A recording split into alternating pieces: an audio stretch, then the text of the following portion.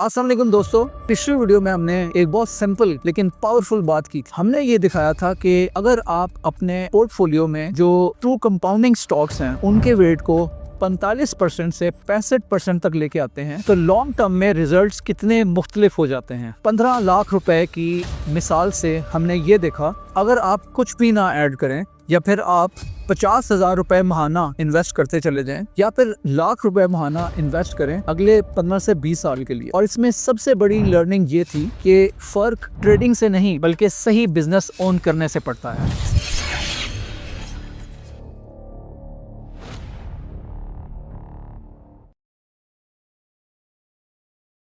सबसे पहले तो ये समझते हैं कि कंपाउंडर क्या होता है। कंपाउंडर वो बिजनेस होता है जो कंसिस्टेंटली कमाता है, अपना प्रॉफिट वापस बिजनेस में लगाता है और वक्त के साथ साथ स्ट्रांग होता चला जाता है। PSX में ऐसे बिजनेसेस बहुत कम हैं। नंबर 1 अगर बात की जाए तो मिजान बैंक है। मिजान बैंक सिर्फ एक बैंक नहीं बल्कि एक स्केल कंपाउंडर है। मिजान के स्ट्रॉन्ग पॉइंट्स ये हैं कि मिजान का जो मार्केट शेयर है वो लगातार बढ़ा है इस्लामिक बैंकिंग की वजह से। अब दूसरी बात यह है कि पाकिस्तान में अभी इस्लामिक बैंकिंग की डिमांड अभी और बढ़ना बाकी है।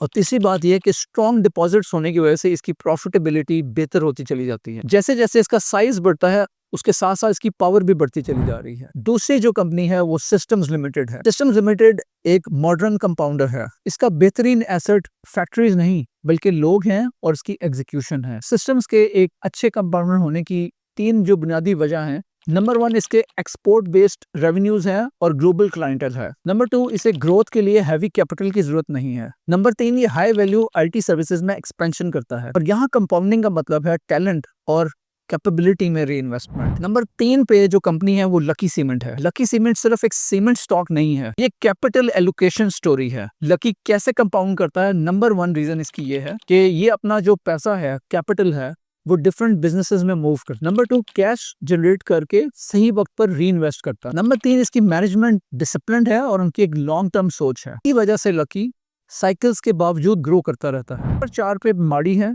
माड़ी एक कैश फ्लो बेस्ड कंपाउंडर है। माड़ी के कंपाउंड करने की जो 3 बुनियादी वजूहात हैं। नंबर 1 ये है स्ट्रॉन्ग और स्टेबल कैश फ्लोज हैं। नंबर 2 स्टेट इंटरफेरेंस बाकी जो इसके पीयर्स हैं उनके मुकाबले में कम है। नंबर 3 इनकी सोची समझी अच्छी री इन्वेस्टमेंट स्ट्रैटेजी है।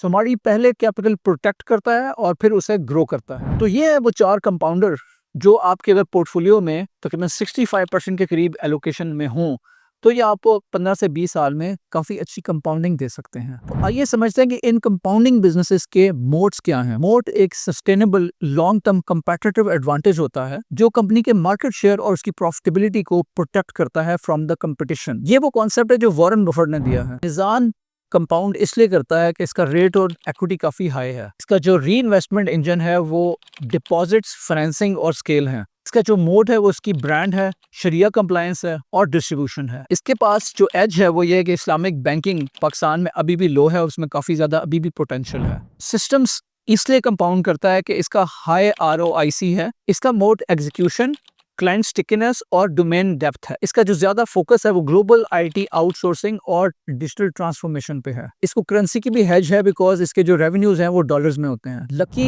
सीमेंट इसलिए कंपाउंड करता है क्योंकि इट्स कैपिटल एलोकेशन एक्सीलेंस, एक कैपिटल को मूव करता है डिफरेंट बिजनेसेस में including cements, auto, power and chemicals, और ये री इन्वेस्ट करता है where the returns are highest. Lucky इसलिए कंपाउंड करता है बिकॉज इसकी जो मैनेजमेंट है वो कंपाउंड करती है कैपिटल को भी, नॉट जस्ट अर्निंग्स। माड़ी कैसे कंपाउंड करता है उसको बहुत सारे लोगों को हैरत भी हो सकती है क्योंकि इसका बहुत हाई रिटर्न ऑन इक्विटी है। ये एक कैश फ्लो मशीन है।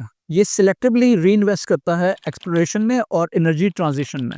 इसमें लोअर स्टेट इंटरफेरेंस है as compared to OGTC and PPL और इसकी स्ट्रॉन्ग बैलेंस शीट है। माड़ी अगरचे सिस्टम्स और मिजान बैंक के मुकाबले में स्लो कंपाउंड करता है but still far better than many energy companies of PSX। अब वीडियो के एंड से पहले एक इम्पॉर्टेंट सवाल ये बनता है कि आप ये देख के कह सकते हैं कि ये तो समझ आ गई कि ये चारों कंपाउंडर्स हैं, तो क्या हमें इन चारों में 65% जो अपने पोर्टफोलियो को बनाना है तो क्या वो इक्वल एलोकेशन करनी है? तो जवाब ये है कि इनका इक्वल वेट नहीं होता। 65% कंपाउंडिंग जो आपका पोर्टफोलियो है उसमें मिजान का वेट 33 से 38% तक होना चाहिए। ये आपके कंपाउंडिंग पोर्टफोलियो का एंकर है, स्टेबल और स्केलेबल। सिस्टम्स लिमिटेड का वेट 22 से 25% ऑफ योर कंपाउंडिंग पोर्टफोलियो होना चाहिए। ये ग्रोथ इंजन है, एसेट लाइट और एक्सपोर्ट बेस्ड। इसके साथ साथ लकी सीमेंट भी आपके कंपाउंडिंग पोर्टफोलियो का 22 से 25% तक होना चाहिए। ये कैपिटल एलोकेशन का काम करता है। मारी पेट्रोलियम आपके कंपाउंडिंग पोर्टफोलियो का 12 से 15% होना चाहिए, क्योंकि ये कैश फ्लो स्टेबिलिटी और डिसिप्लिन लाता है। ये बैलेंस इसलिए जरूरी है कि अच्छे सालों में ग्रोथ मिले। 65% कंपाउंडर पोर्टफोलियो का मतलब ये नहीं होता कि कोई मैजिक स्टॉक मिल गया है। मतलब ये है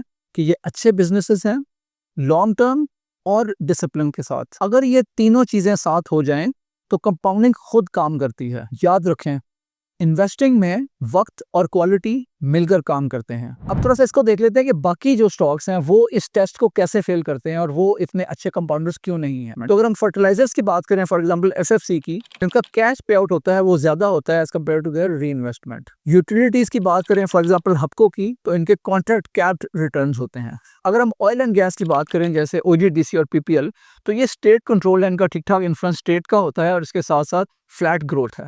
ऑटो सेक्टर की बात करें तो वो सिक्लिकल है और लो आरओआईसी होता है उनका। स्टील की बात करें तो वो एक कमोडिटी और कैपिटल डिस्ट्रक्टिव है। जितने भी डिविडेंड प्लेज हैं वो अच्छी इनकम तो देते हैं, लेकिन income is not equal to compounding. ये जो सारी एग्जांपल्स मैंने आपसे शेयर की हैं, ये परफॉर्म तो अच्छा कर सकते हैं, लेकिन these are not good compounders. इसके साथ साथ मैं एक बात आखिर में क्लियर करता चलूं कि अब्दुर्रहमान नजम की जो अपकमिंग मास्टर क्लास है उसके बारे में मैंने आपसे लास्ट वीडियो में शेयर किया था। तो आपको ये बताता चलूं कि कुछ दोस्तों ने उस पर कमेंट किए कि आप पेड के चक्कर में पड़ गए हैं। तो मैंने उसको बेसिकली क्लैरिफाई ये किया था कि इससे कोई खास इनकम जनरेट नहीं होती। As a friend he reached out कि इसको ज़रा शेयर कर दें, तो आई शेयर्ड दैट। और इसमें इंपॉर्टेंट चीज़ ये थी कि उसमें आपको एज अ सब्सक्राइबर डिस्काउंट मिल रहा था। My focus is to give you guys value, और अब वो वैल्यू अपने कंटेंट के थ्रू आपको देते रहेंगे। मैं उम्मीद करता हूँ कि आपको ये वीडियो अच्छी लगी होगी। अगर आपको पसंद आई तो इसको लाइक कर दें। अगर अब तक हमारे चैनल को सब्सक्राइब नहीं किया, उसे सब्सक्राइब जरूर कर लें। इस वीडियो से जो पहले मैंने वीडियो बनाई थी उसको आप यहाँ क्लिक करके देख सकते हैं। इसके साथ साथ डिस्क्रिप्शन में भी उस वीडियो का लिंक दिया जा रहा है, जिसमें यह बताया गया था कि कंपाउंडिंग, बहुत सारे लोग सोच ये रहे होते हैं कि वो कंपाउंडिंग कर रहे हैं, लेकिन इन दी एंड 15 से 20 साल बाद भी वो अमीर नहीं हो पाते और उनकी वेल्थ जनरेशन नहीं हो पाती जो कंपाउंडिंग के नतीजे में होनी चाहिए। Thank you very much for watching this video as well.